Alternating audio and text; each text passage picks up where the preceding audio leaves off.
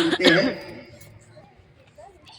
तो मैं ज्यादा तो नहीं लेकिन इतना जरूर कहूंगा कि 21 दिन में आपके जीवन में वो परिवर्तन होगा जिसके लिए वर्षों से आप प्रयासरत थे लेकिन सफल नहीं हो पाए।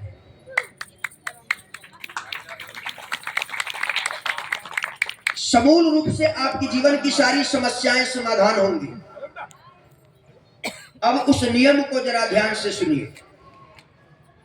ऋषियों ने जो नियम बनाए, जो व्रत बनाए, तो सबसे पहला नियम है कि कथा को सुनने के समय व्रत रखना चाहिए।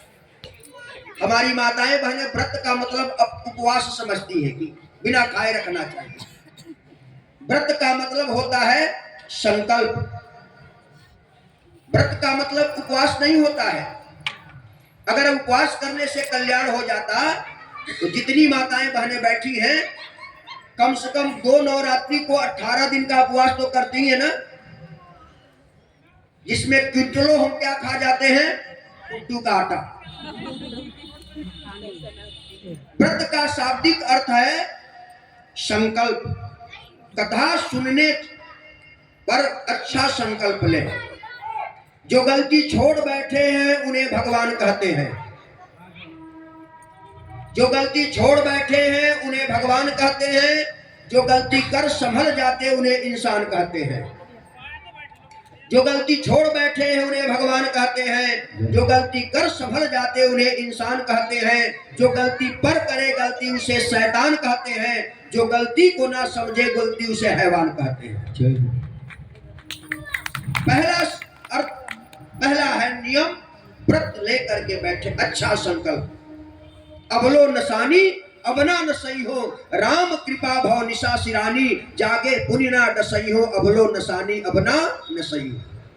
जो गलती अब भूले जाने अनजाने में हो गई, अब उस गलती को हमें नहीं करना है। पहला नियम।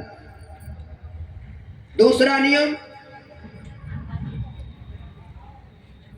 सात्विक भोजन करना।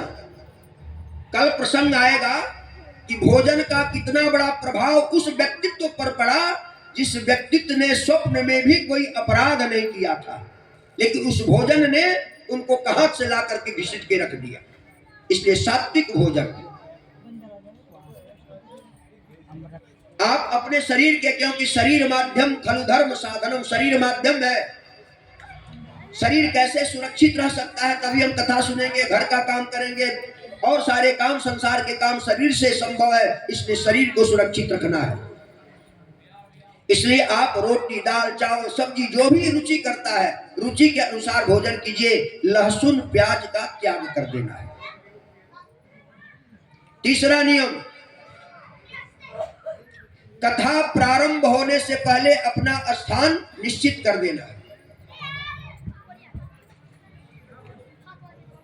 प्रभु के आगमन से पहले भक्त भगवान जब आए तो भगवान भक्तों का दर्शन करते हुए इस आसन पर विराजमान हो। हमारे आने के बाद आप लोग आते रहिए, कोई दिक्कत नहीं है, लेकिन प्रभु जब आते हैं अर्थात जब पूजन किया जाता है उस समय आपको होना चाहिए।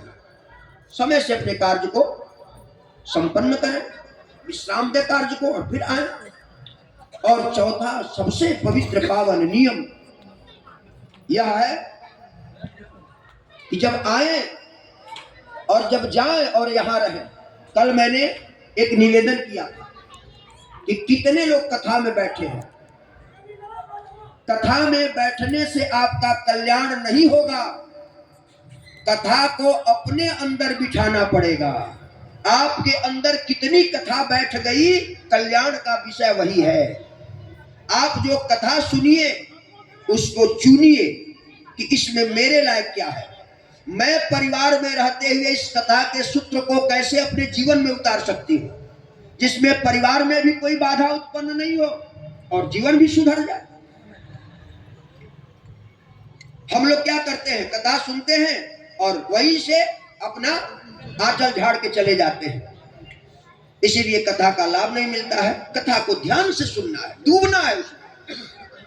और जो सुना है, क्योंकि मैं कथावाचक नहीं हूं, मैं चौकीदार हूं। कल आज के प्रसंग को कल पूछूंगा ये कथा कहां तक पहुंची थी, किस घाट पर हम लोगों ने विराम दिया था इस कथा का, ध्यान रखना, मेरी आदत में है। तो इसलिए कथा को ध्यान से सुनिए, घर जाइए, घर का काम कीजिए। देखो कहीं भी भगवान की भक्ति घर का काम रोड़े अटकाता नहीं है। आप सब्जी काट रही हैं, सब्जी काट रही है, और अगर एक गाती हुई हरे राम राम राम हरे हरे, तो सब्जी काटना बंद कर देंगे क्या आप? सब्जी भी कट रही है और भगवान का चर्चा भी हो रहा है, आटा भी गूंद रही है, भगवान का चर्चा भी हो रहा है। ऐसा करके देखिए, आपके बिगड़े से बिगड़े बच्चे भी 24 दिन के अंदर अंदर बिल्कुल क्लीन हो जाएंगे, आपके अनुकूल हो जाएंगे। आप उनको संस्कारित भोजन कराइए। पड़ोसी से लड़ाई हो गई, आटा गूंद रही है, अच्छा कल अगर मिल गई तो ऐसा झोटा, ऐसा बाल खींच के मारूंगी ना कि पड़ोसी वाले देख के, और आटा भी गूंद रही है तो गुस्सा आ गया ना। अब वो बच्चा जो भोजन करेगा तो क्या होगा?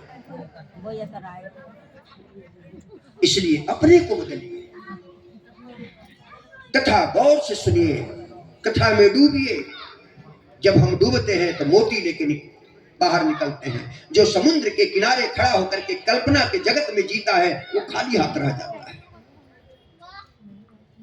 और उसके बाद 5वां नियम यह है कि आप अपने को कथा के पात्र से अपने को मिलाइए, और जो कमी दिखाई दे उसका परित्याग करने का संकल्प कीजिए। आपके अंदर परमात्मा ने देवता बना करके आपको भेजा है, और हम क्या बनने बैठे हैं? लेवता।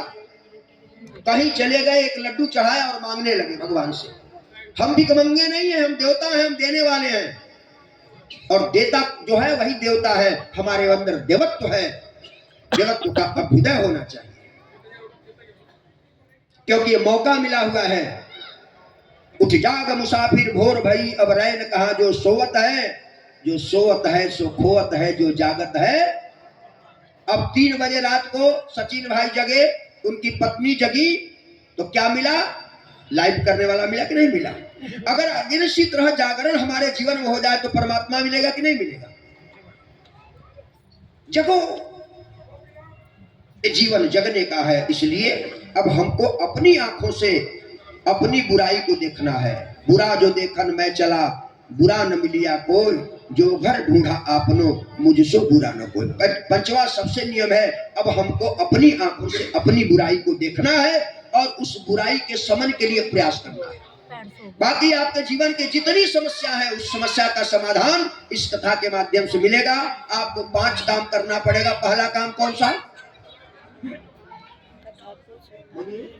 प्रीति जी,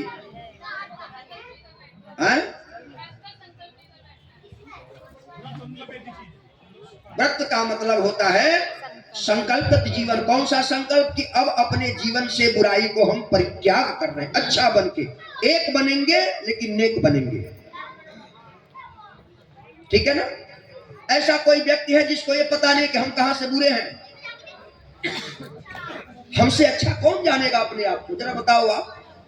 इसलिए उस बुराई का परित्याग करें, इसी का नाम व्रत है। व्रत का नाम उपवास नहीं है। हम कथा में बैठेंगे, अब ये व्रत लेकर के, संकल्प लेकर के कि अब बुराई हमारे अंदर नहीं आएगी, क्योंकि यही बुराई हमारे जीवन को नष्ट करने में समर्थ है। दूसरा नियम क्या हुआ? सात्विक भोजन। और जब सात्विक भोजन करेंगे तभी ही भजन होगा। आपने कभी किसी शराबी को गीता पाठ करते हुए देखा है? बोलिए। और हम लोग विवाह भी शादी में जाते हैं तो कहाँ, किस स्टॉल पर लाइन में खड़ा होना पड़ता है? पिज्जा, बर्गर, चाउमीन, उसका नाम ही है पिज्जा। जिंदगी की सारे रस को पिज्जा। भोजन पर ध्यान दीजिए। भोजन सात्विक हो जाए तो भजन का ताकत बढ़ेगा, और भजन के ताकत से ही परमात्मा की प्राप्ति होगी। इसलिए सात्विक भोजन कीजिए। 7 दिन तक